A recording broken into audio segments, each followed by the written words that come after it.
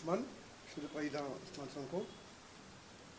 Je vais enchaîner en français, peut-être pour terminer en wolof. Monsieur le Président Pastef, Madame, Messieurs, les membres de la délégation du président Ousmane Sonko, mes chers camarades du Grand Parti, Monsieur le Président, vous imaginez que pour moi c'est un immense plaisir que j'ai de vous recevoir ici au siège du Grand Parti. Et comme vous l'avez dit, cet immense plaisir se justifie principalement par la qualité intrinsèque des relations à la fois séculaires et fondamentales que nous avons pu tisser entre nous. Depuis le début, nous avons entrepris d'avoir des relations de combat pour la patrie, de combat pour la République, autour d'un engagement patriotique sans faille. Je voudrais donc vous dire merci pour cette visite de courtoisie et de remerciements. Et je voudrais, avec votre permission, adresser les remerciements au peuple sénégalais. Le peuple sénégalais qui s'est mobilisé, le peuple sénégalais qui s'est engagé, le peuple sénégalais qui s'est levé pour défendre la République. De ces événements extrêmement graves qui ont survenu dans l'histoire politique contemporaine de notre pays, il nous paraît essentiel, pour en tirer la quintessence, de faire remarquer que le peuple sénégalais nous a enseigné à nous, acteurs politiques, que ce triptyque est non négociable. La démocratie, l'état de droit,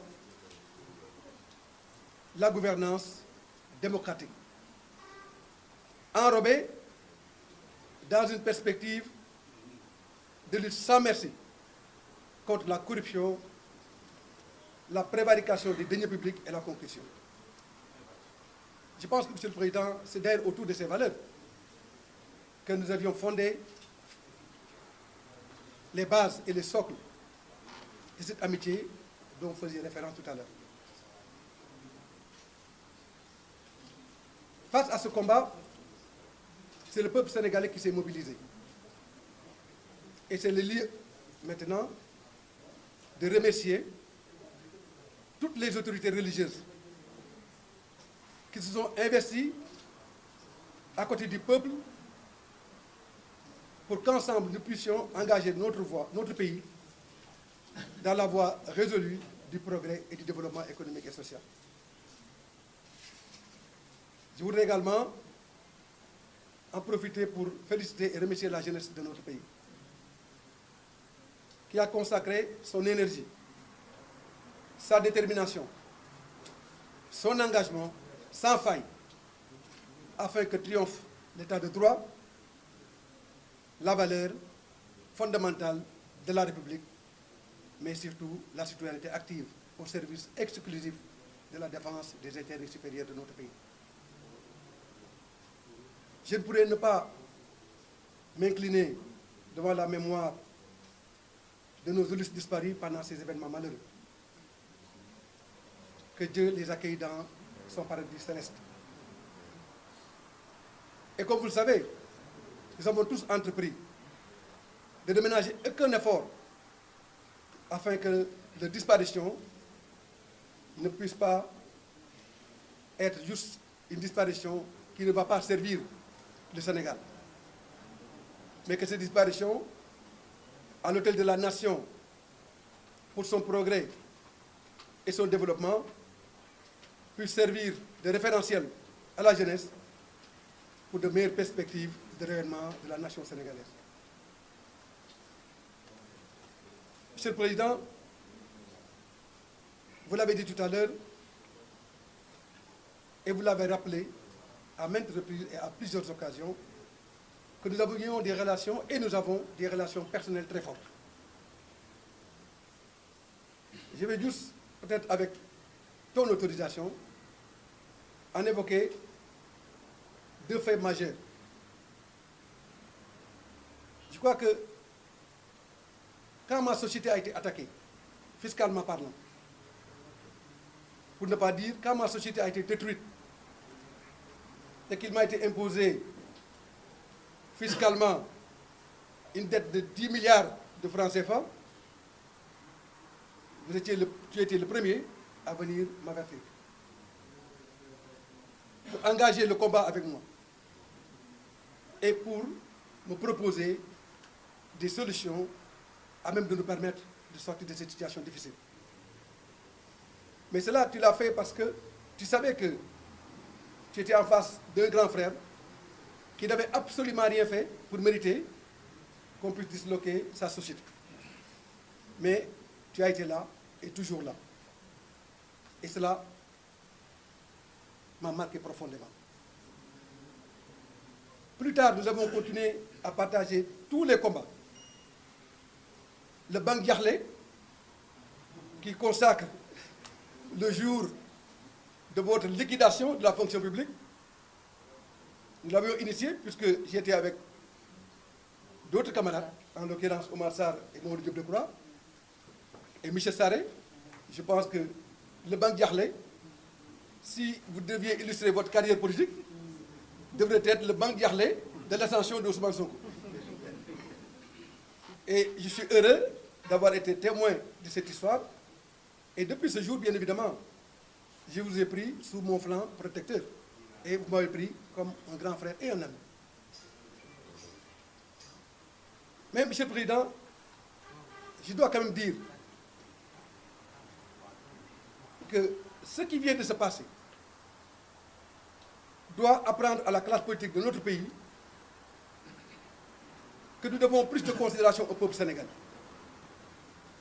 Ce peuple qui nous a instruits de changer de mécanisme de fonctionnement, de méthode d'approche de la politique, mais surtout la croyance aux valeurs fondamentales de notre société, qui font que fondamentalement, il n'est plus question pour le Sénégal d'être dirigé par des hommes politiques qui n'ont pas les mains propres.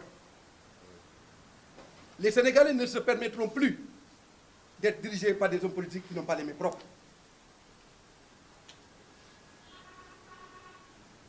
Tantôt, les jeunes de mon parti et du vôtre, en paraphrasant sémantiquement sur les contours de notre entente et de notre amitié, ont toujours mis en exergue ce que vous avez appelé anti-système. Et ce que nous, on a pu mettre dans les agrégats de la variable fondamentale que les assises nationales ont intitulé la gouvernance démocratique. Puisque bien évidemment, pour disséquer les valeurs fondamentales d'une république en marche, il est important de disséquer de cette république toutes les scories qui freinent la marche de notre république vers le progrès social et vers le développement économique et social. C'est la raison pour laquelle, s'il y a une valeur que nous partageons, c'est l'antisystème. Moi, contrairement peut-être à vous, j'ai eu la chance de vivre très tôt à côté des systèmes, mais jamais dans le système. Puisque très tôt, j'ai fréquenté la politique avec le régime du Parti socialiste, j'étais élève, plus tard étudiant, et plus tard je suis rentré au Sénégal avec mon doctorat en sciences économiques. J'ai chômé avant d'être recruté au Conseil économique et social par le président Famara Ibrahima Sagna, dans le cabinet duquel j'ai passé 5 longues années à apprendre les rudiments de l'administration. Plus tard, j'ai été directeur de cabinet durant la première alternance du ministre Madiène Diouf au ministère de l'Équipement et des Transports. Et plus tard, je deviens victime du système. Puisque bien évidemment, en tant que membre du cabinet, quand nous sommes sortis du gouvernement, une nouvelle fois, j'ai quitté l'administration parce que je me suis dit encore une fois, me voilà encore dans les affres du chômage. Et c'est la raison pour laquelle, depuis mon départ du cabinet, du ministère de l'Équipement et des Transports, je me suis dit plus jamais je ne vais retrouver le chômage. Et je suis entré dans l'initiative privée et j'ai commencé à créer KNKA, des structures et des sociétés, pour garder mon indépendance. Plus tard, je suis devenu président de la région de Dakar, et plus tard, ministre des Sports, et ministre du Commerce, de l'Industrie et du secteur informel, poste duquel j'ai démissionné du gouvernement le 13 février 2013. Cher Ousmane, quand je disais tout à l'heure que je connais tous les systèmes, tout en étant à côté des systèmes, mais sans jamais profiter des systèmes, c'est par amour et respect au peuple sénégalais. Puisque quand même, nous sommes des enfants du peuple. Et de nos discussions, nous rappelions toujours le fait fondamental qu'il est important que la prévarication des deniers publics cesse, la concussion cesse, et que les valeurs fondamentales qui font que le Sénégal doit être cité en référence puissent être constituées à travers une osmose de patriotes aux mains propres. De patriotes aux mains propres. C'est pourquoi, quoique ayant côtoyé le système, je peux lever ma main et dire aux Sénégalais que jamais je n'ai eu à bénéficier d'un privilège quelconque de l'État du Sénégal, encore moins du système. J'ai toujours combattu le système, et quand vous allez donner des cours de déontologie à vos jeunes camarades, vous pouvez dire Malick Gakou est le premier ministre inter pares de l'antisystème. Puisque bien évidemment, sans nul doute, je suis un produit de l'antisystème. Et c'est la raison pour laquelle je vous tends la main pour qu'ensemble nous puissions continuer à nous battre contre le système. Puisque tout le monde le sait, au Sénégal, si on parle du système en tant que système politique, on est réducteur. Le système dont il est question dépasse largement le cadre politique. Le système est principalement constitué de cette bourgeoisie comprador qui s'est constituée et qui s'est accaparée de la richesse nationale depuis 1960, depuis notre indépendance jusqu'à ce jour, et peut-être avant. C'est cette bourgeoisie comprador que nous devons combattre. Puisqu'aujourd'hui, il est inimaginable, après 60 ans d'indépendance, que 2% de la population puisse gérer 99% de la richesse nationale. Mais cela est inadmissible et inacceptable. Cela est inadmissible et inacceptable.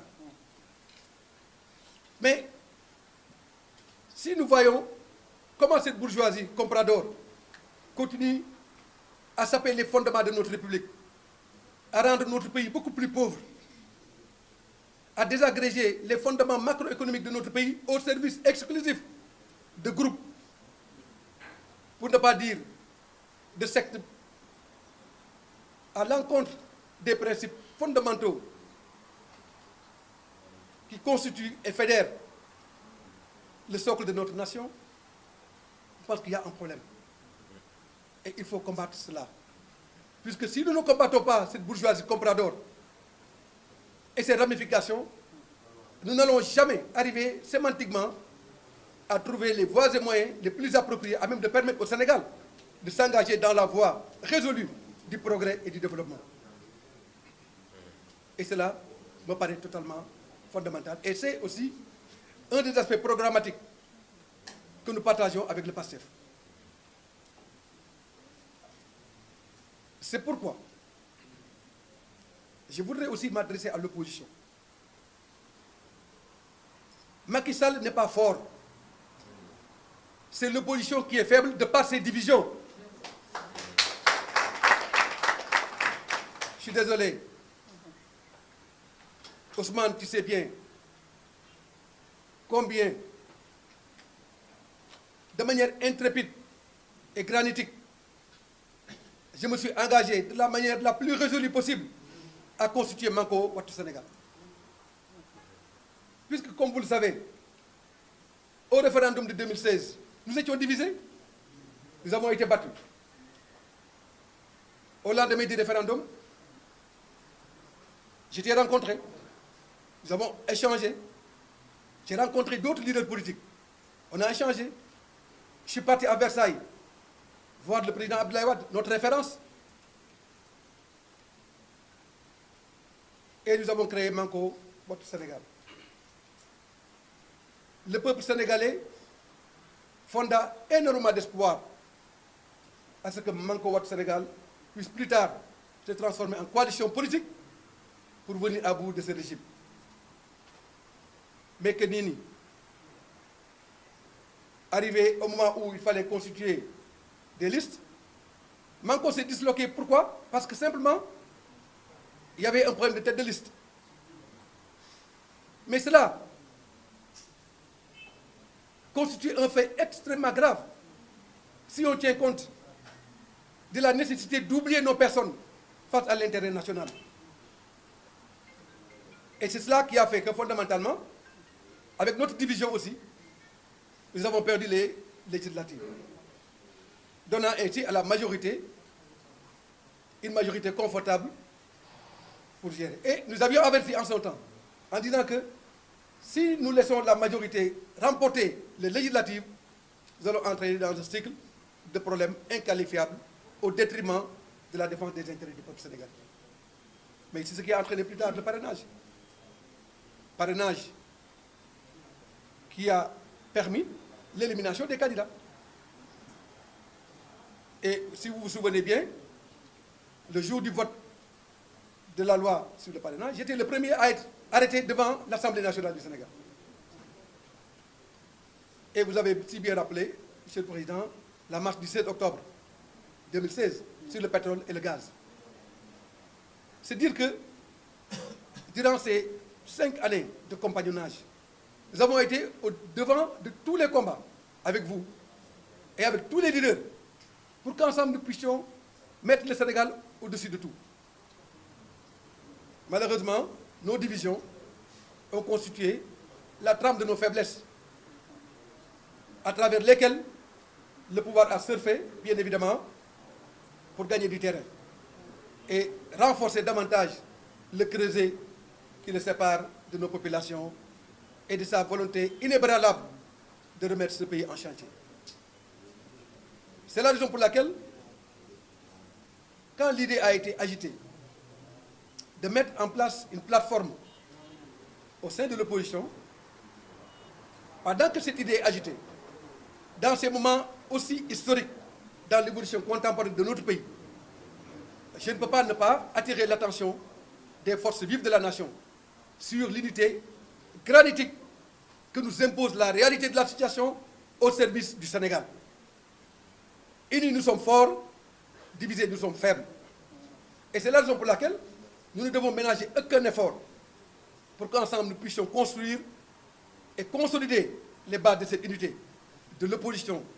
Une unité voulue et réclamée par la nation, par le peuple sénégalais, qui, à l'occasion des difficultés et du complot qui a été mis sur votre dos, c'est le peuple qui s'est levé.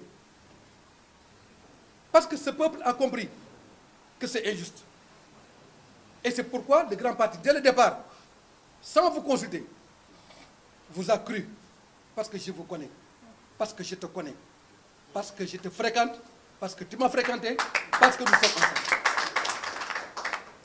Et c'est la raison pour laquelle nous nous sommes battus avec tous les patriotes pour que tu sois délivré, pour que tu sois livré à ton peuple, pour que tu sois libéré au service du Sénégal et du peuple sénégalais et de son avenir. Moi, cher Ousmane, combien de chemins nous avons pu parcourir pour arriver à cette situation? Simplement parce que je connais votre engagement patriotique. Je connais votre engagement pour le Sénégal. Je connais aussi votre détermination, puisque nous avons partagé beaucoup de moments chez toi ou chez moi autour des discussions très acharnées sur les perspectives de développement de notre pays, mais également sur la constitution de l'axe politique indispensable qui devrait engendrer ce compagnonnage au service du peuple sénégalais. Je voudrais, en vous rendant hommage, rendre hommage à votre parti, puisque c'est vrai, beaucoup de visages de votre parti ont été connus des Sénégalais grâce à ce combat. Et tous, pendant que vous étiez dedans, ce parti, que ce soit les femmes, les jeunes, les cadres,